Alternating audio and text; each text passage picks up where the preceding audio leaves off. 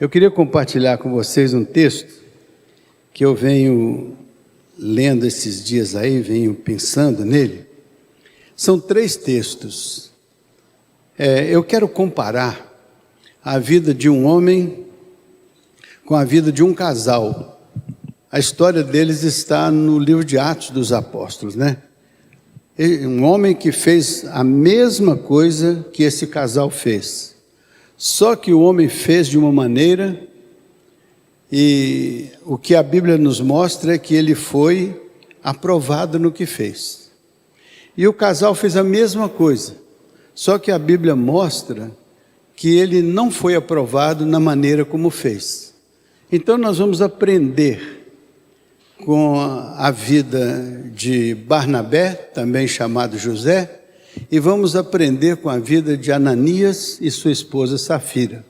São 2 modelos que vão nos ensinar coisas especiais nesta noite. Então eu vou começar lendo Atos capítulo 2, versos 42 a 47. Quem que está lá conosco, Gustavo? Angelina? Ok, Angelina, vamos? Atos 2, 42 a 47, é o primeiro texto. Aí vocês vão guardar aí na memória, porque nós vamos voltar a esse texto depois para comentar, né? Então está dizendo que a igreja foi organizada naquele momento, naquele contexto ali. A igreja estava sendo organizada depois de ter acontecido o batismo no Espírito Santo, né? Depois de terem sido batizados no Espírito Santo, os discípulos que formavam aquela comunidade inicial. E a igreja começou a se organizar e começou a crescer. E diz que os que participaram daquele primeiro momento perseveravam na doutrina dos apóstolos e na comunhão, no partir do pão e nas orações. Então, a igreja estava nascendo e nascia com esse espírito de participar da doutrina dos apóstolos, participar na comunhão uns com os outros, no partir do pão e nas orações. Verso seguinte, então até o 47. E em cada alma havia temor, e muitos prodígios e sinais eram feitos por intermédio dos apóstolos. Então a comunidade estava com o temor de Deus, estava experimentando muitas manifestações especiais do Espírito Santo naqueles primeiros momentos, desde quando eles tinham sido batizados no Espírito Santo e começavam a formação do corpo de Cristo. Seguinte, todos os que creram estavam juntos e tinham tudo em comum. Isso é importante, porque a igreja estava começando. Ali eles estavam debaixo do Império Romano, estavam ainda dentro do contexto do judaísmo, mas era um momento especial. Era um momento quando Jesus tinha assunto aos céus e tinha enviado o seu Espírito, porque Jesus disse: eu não vos deixarei órfãos, eu irei para o meu Pai, enviarei para vós o meu Espírito, que estará convosco todos os dias até a consumação dos séculos. Ali então há o batismo do Espírito Santo, que é a descida do Espírito sobre aqueles que ali representavam a igreja nascente, e esta comunidade começou a se formar, e eles tinham tudo em comum naquele primeiro momento. Veja o verso seguinte. Alô? 42, 44. E todos os que creram estavam juntos e tinham tudo em comum. Agora 45, até o 47. Vendiam as suas propriedades e bens. Preste atenção nisso, porque é muito importante a gente entender aquele momento preliminar na vida da igreja. As pessoas estavam começando a experimentar algo novo, diferente. Jesus ressurreto, o batismo do Espírito Santo, a formação do corpo, era um fato novo na experiência deles, porque eles tinham a experiência do templo e tinham a experiência do domínio romano, né? No cenário em que eles viviam. E agora estão experimentando um elemento novo, que é o nascimento da igreja de nosso Senhor e Salvador Jesus Cristo, dentro daquele contexto sócio, geopolítico, econômico, né? Então, eles vendiam suas propriedades e bens e distribuindo o produto entre todos, à medida que alguém tinha qualquer necessidade. Então, naquele momento, quando eles começaram a ter esta comunidade, eles começaram a entender que deviam compartilhar as coisas entre si. Eles tinham a expectativa de que Jesus voltaria logo em seguida. Então eles estavam se desapegando das coisas e tentando reunir-se ali de maneira muito especial, suprindo assim uns aos outros das suas necessidades. Ali havia então uma comunidade que se unia e se ajudava mutuamente. Verso seguinte, 46. Então, diariamente perseveravam unânimes no templo, partiam o pão de casa em casa e tomavam as suas refeições com alegria e singeleza de coração.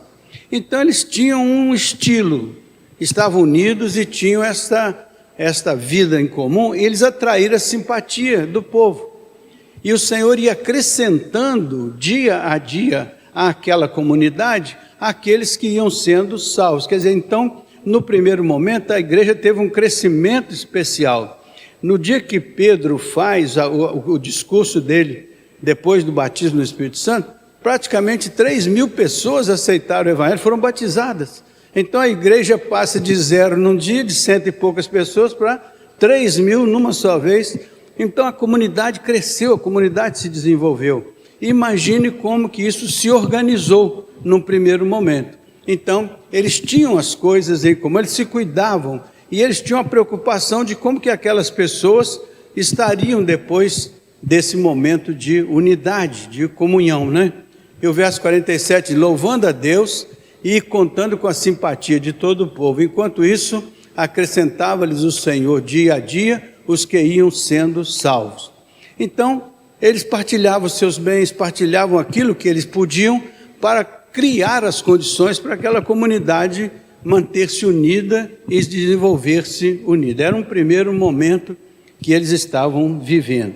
Agora, eu queria que vocês passassem lá para o Atos 4, 32 a 37. Atos 4, 32 a 37. Aí vocês vão ver o que foi a atitude de um dos participantes desse momento, desse evento, chamado Barnabé. Da multidão dos que creram, era um o coração e a alma. Então, da multidão dos que creram, era um o coração e a alma. Ninguém considerava exclusivamente sua nenhuma das coisas que possuía. Tudo, porém, lhes era comum. Então, naquele momento, havia uma participação solidária de uns para com os outros, a fim de que todos tivessem o que fosse necessário para a sua sobrevivência, naquele contexto deste fato novo que estava acontecendo na vida deles. Imagine, da noite para o dia surgiu uma comunidade de 3.000 pessoas, e assim aquilo vai se definindo. Ainda não tinham uma organização eclesiástica, não tinham nada destas coisas, não tinha nenhum conjunto de leis, nem de como funcionaria. Eles estavam começando os seus primeiros momentos. Logo em seguida, eles vão ter a eleição dos primeiros diáconos para ajudar a organizar a necessidade das pessoas, porque começou a haver um problema. As viúvas dos judeus começaram a ter dificuldade com as viúvas dos gentios. Então, os apóstolos estavam tão assoberbados com a organização espiritual de tudo aquilo, que eles resolveram organizar um corpo diaconal. E esse corpo diaconal tinha que cuidar destas coisas. E os apóstolos disseram: vocês cuidarão das mesas, enquanto nós cuidamos da oração e da parte espiritual. Então houve essa situação naquele momento. Eles estavam vivendo uma experiência nova, tremendamente transformadora para a realidade dentro da qual eles viviam, né? Então, com grande poder, os apóstolos davam testemunho da ressurreição do Senhor Jesus, e em todos eles havia abundância de graça. Então, era uma experiência nova, nascente, iniciante, que eles precisavam organizar. E havia dentro do coração deles essa abundante graça. Então, quem tinha algo compartilhava, para que todos juntos pudessem sentir que havia uma família. Ali era o primeiro momento da criação da família de Deus. Seria o primeiro retrato da igreja nascente, né? Veja então o verso seguinte, vai até o 37. pois nenhum necessitado havia entre eles. Olha aí, nenhum necessitado havia entre eles, porquanto os que possuíam terras ou casas, vendendo-as, traziam os valores correspondentes. Então, o que aconteceu? Dentre eles, uma disposição de compartilhar tudo que tinham, a fim de criar essa nova comunidade, essa nova identidade que surgia. Imagine agora um conjunto gigantesco e tudo precisava ser organizado, tudo precisava ser estruturado, tudo precisava ser orientado, tudo precisava ter um relacionamento entre as pessoas, porque devia ser um grande acampamento, né? Se não ali, naquele momento, mas depois a igreja começou a se organizar, se estruturar. Mas ali era o seu momento nascente. Verso 35. E depositavam aos pés dos apóstolos. Então se distribuía a qualquer um à medida que algum tinha necessidade. Imagine então que a igreja ali tinha essa disposição, colocar tudo que cada um tinha aos pés dos apóstolos, os apóstolos distribuíam segundo a necessidade de cada um. Era uma comunidade diferenciada, não era não? Era totalmente diferenciada. Porque naquele momento todos não pensavam em si, pensavam no conjunto, pensavam no corpo. Aí eu fico imaginando que Jesus deve ter visto lá de cima quando ele disse assim: eu edificarei a minha igreja, né? Os membros serão integrados entre si, dos quais eu serei cabeça, e as portas do inferno não prevalecerão contra ela. Era aquele momento quando Jesus formava a sua igreja. Era quando ele dizia: vinde após mim todos vós, que estáis cansados, oprimidos, sobrecarregados, e eu vos aliviarei. E eles vinham. Ele disse: aprendei de mim. Eles aprendiam na doutrina dos apóstolos, na orientação dos apóstolos. E aí nós vamos encontrar quando Jesus chama. E aí alguns desses primeiros diziam assim a Bíblia: eles deixaram o seu barco, deixaram sua casa, deixaram seu pai, deixaram a sua profissão, e puseram-se a seguir a Jesus para serem os discípulos e apóstolos, aqueles que iam ajudar a coordenar esse grupo de pessoas que era um grupo nascente, né? Então veja lá, o verso 37. Agora o verso 37. Sim, como tivesse um campo. Aí agora vai acontecer a história desse homem. Como tivesse um... Veja o verso 36. José, a quem os apóstolos deram o sobrenome de Barnabé, que quer dizer filho da exortação, ou filho da consolação, na minha Bíblia diz assim, filho da consolação, levita natural de Chipre. Então, como tivesse um campo, vendendo, trouxe o preço e o depositou aos pés dos apóstolos. Então não era o costume de todos eles? Agora aqui está identificando um que fez isso, o Barnabé. Ele chegou, vendeu o seu campo e trouxe para abençoar a comunidade. Era uma entrega total perante a comunidade. Não é assim que está escrito ali? Então, como tivesse um campo, ele trouxe. Então, verso 37. Agora eu queria que você passasse para Atos capítulo 5, de 1 a 11. Você fica guardando essa história desse homem. Agora vai aparecer um outro casal. Quer ver? Entretanto, certo homem chamado Ananias, com sua mulher Safira, vendeu uma propriedade. Olha, todos estavam vendendo, compartilhando. O Barnabé fez isso, foi lá e fez, depositou. Então, o escritor do livro de Atos, que é Lucas, né, o médico Lucas, ele vai falar de um outro caso que aconteceu naquele mesmo contexto. Um homem chamado Ananias, com sua mulher Safira, vendeu uma propriedade. O que eles fizeram com aquilo? Olha só que coisa interessante. Esse aí vai até o verso 11. Mas, em acordo com sua mulher, ele reteve parte do preço e, levando o restante, depositou ao pé dos apóstolos. O que aconteceu com ele? Ele vendeu um campo, mas na hora de depositar no pé dos apóstolos, eles combinaram, o marido e a mulher combinaram de reter uma parte do produto da venda. Então eles só colocaram uma parte. Olha que coisa aconteceu para a gente tirar lições para a gente. Então, então disse Pedro: Ananias, por que encheu Satanás o teu coração para que mentisses ao Espírito Santo, reservando parte do valor do campo? Ou retendo? Olha só, Ananias, por que o Satanás encheu seu coração para que você mentisse ao Espírito Santo, retendo parte daquilo que você deveria ter ofertado ou viria ofertar? Olha só o que vai acontecer, verso 4. Conservando, porventura não seria teu? Conservando o terreno, ou seja, o campo, não seria teu? Você não precisava ter vendido. Você poderia fazer isso se fosse uma obra de Deus.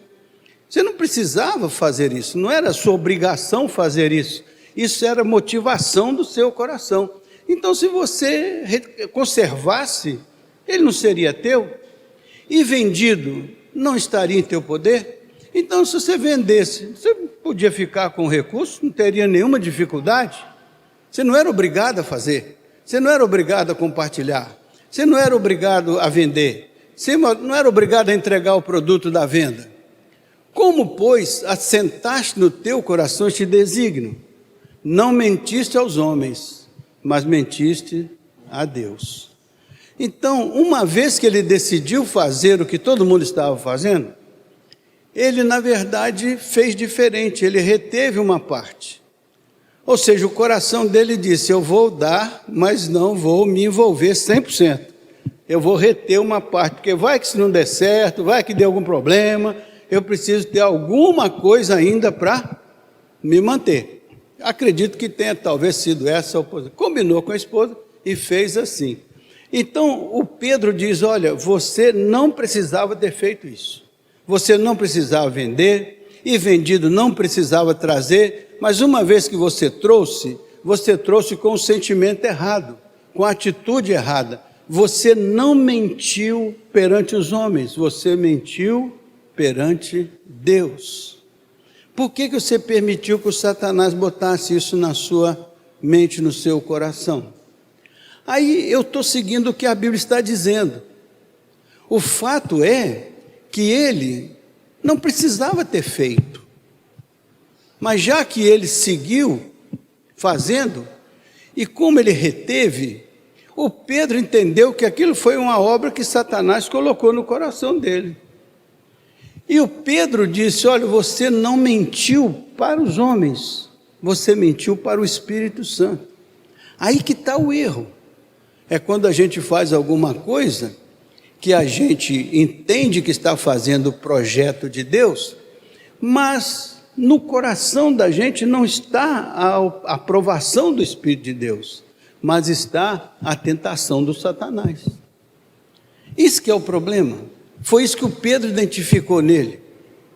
E identificou dentro do coração dele uma mentira, um engano. E o Pedro falou: você mentiu, você fez a coisa errada. Não precisava fazer. Mas uma vez que fez, faça do jeito que está sendo feito. Então, o que acontece conosco? Muitas vezes, nós fazemos a coisa aparentemente certa, mas a motivação do nosso coração está diferente daquilo que Deus esperava de nós. Deus espera de você alguma coisa. Se você faz diferente do que Ele espera, então, diz o Pedro, o Satanás tem participação nesse desvio de propósito. O Satanás tem participação nesse desvio da função do negócio. O Satanás está ali que ele produziu uma mentira no seu coração.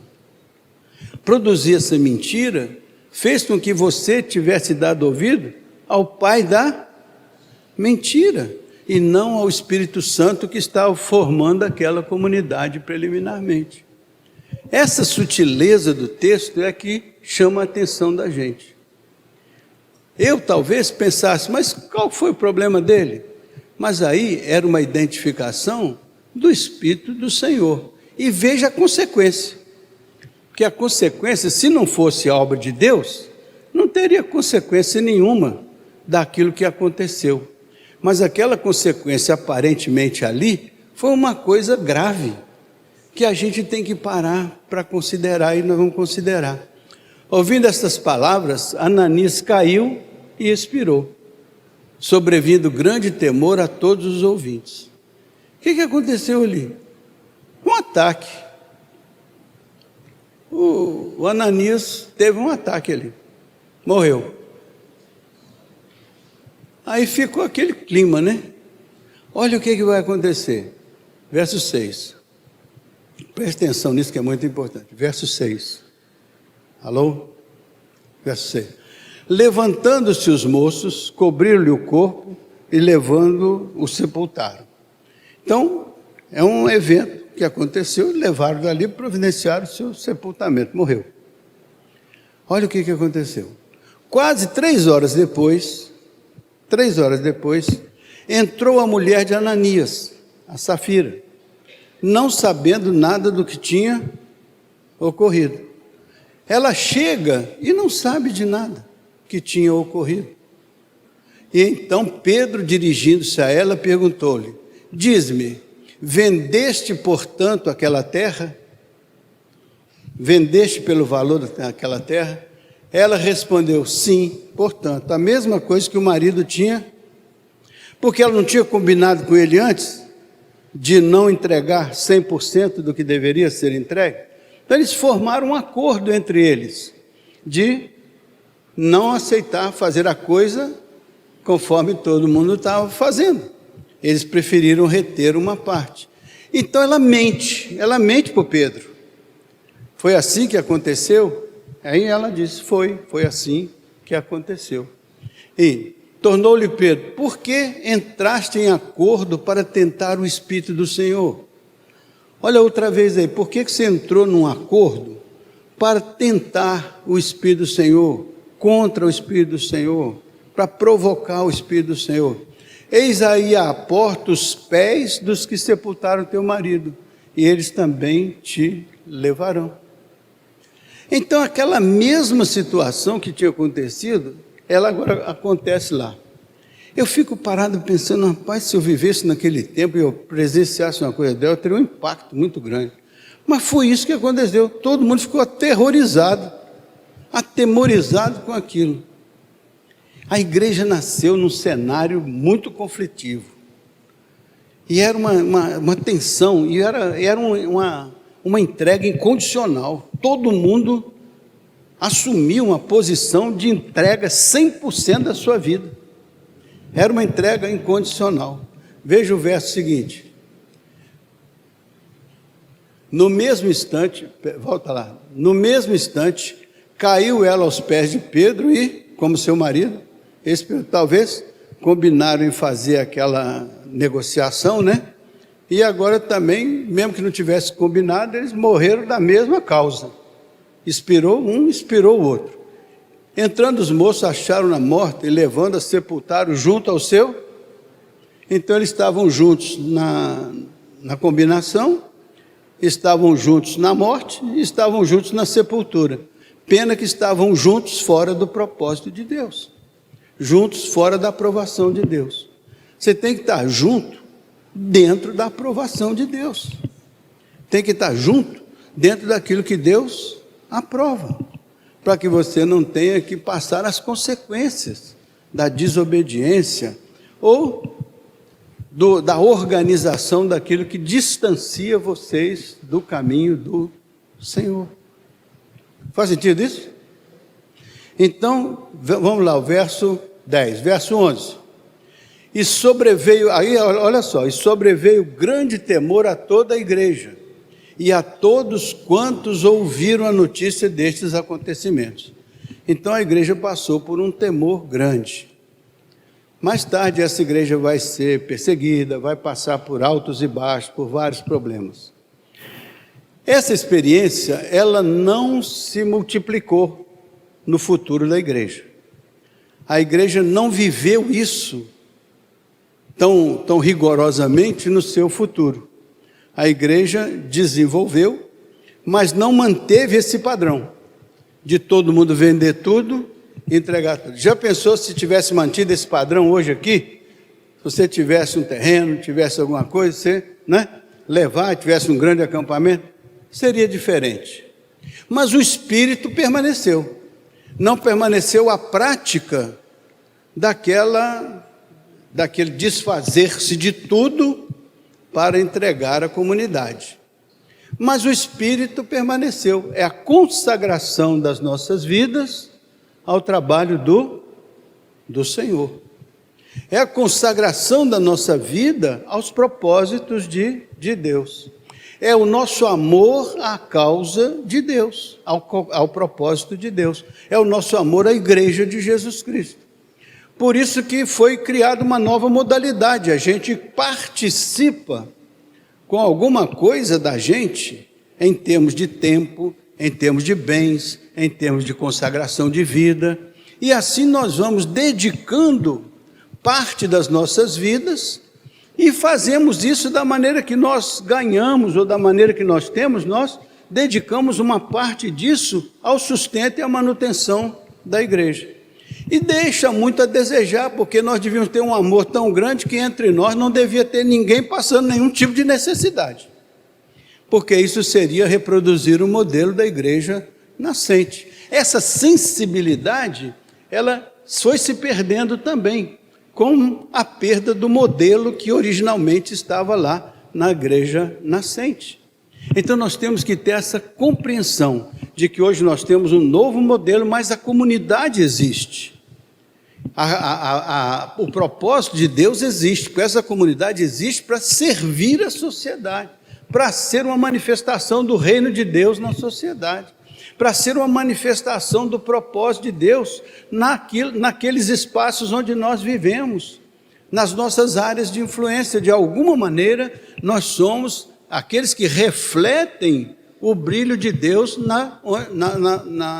no espaço, na situação em que a gente vive. Por isso que a Bíblia diz que nós somos astros luminosos no meio de uma geração perversa e corrompida. Porque eu sou astro luminoso porque eu tenho uma luz própria? Não, porque eu reflito a luz do Senhor.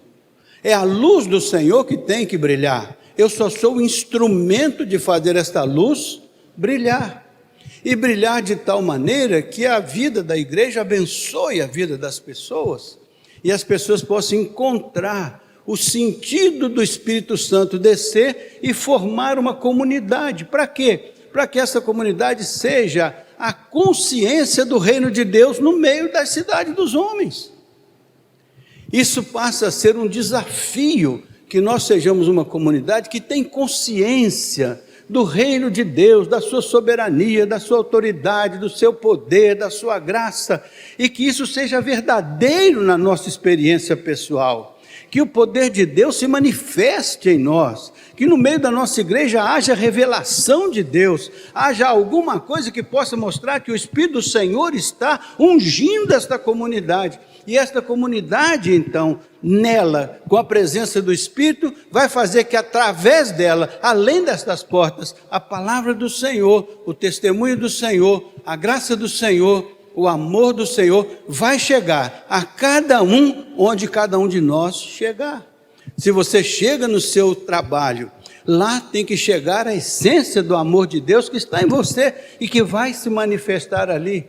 E se ali tem alguma situação que precisa da sua disposição de cooperar, de ajudar, de apoiar, então não importa se é materialmente, se é espiritualmente, se é emocionalmente, importa que você é instrumento de Deus para levar este evangelho além da sua individualidade, além da sua particularidade, para que o reino de Deus cresça, e cresça não apenas estatisticamente para dizer que existe aqui uma grande igreja, mas cresça para fazer do evangelho algo verdadeiro na vida das pessoas. Porque Paulo diz, eu não me envergonho do evangelho de Jesus Cristo, porque ele é o poder de Deus para a salvação de todo aquele que crê. Então, olha só que coisa interessante, ele não precisava fazer Ananias essa vida daquela maneira. Eles fizeram porque eles abriram espaço para a tentação satânica no coração e na mente. Eles não precisavam, mas eles decidiram articular uma mentira contra o Espírito de Deus. Então a igreja tem que ser pura. As nossas vidas devem ser puras, para que a gente possa fazer nascer de dentro de nós algo verdadeiro do Espírito, algo verdadeiro do propósito de Jesus, que marque a vida da nossa igreja a partir da vida de cada um de nós, que a gente seja amoroso, leal, verdadeiro, transparente, sincero, e que o Espírito Santo aprove a nossa vida, a nossa caminhada, né? Ah, mas isso aí é ser muito piegas. Não sei se é piegas ou não, eu sei que o Evangelho requer de nós uma postura de maior identidade com o Espírito Santo, com a palavra, né? Com as orações, com a dedicação da vida ao nosso próximo. Por quê? Porque nós somos constituídos abençoados para sermos abençoadores, para levar aos outros, compartilhar com os outros, trazer os outros para formar parte do corpo, como nós somos parte do corpo, do qual Jesus é cabeça.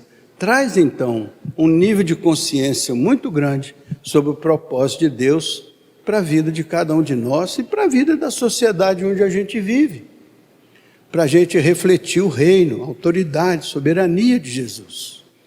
Porque tudo que Deus quer é bom, é perfeito, é agradável. Tudo que Ele quer é nos resgatar das trevas para a sua maravilhosa luz. É isso que Ele quer.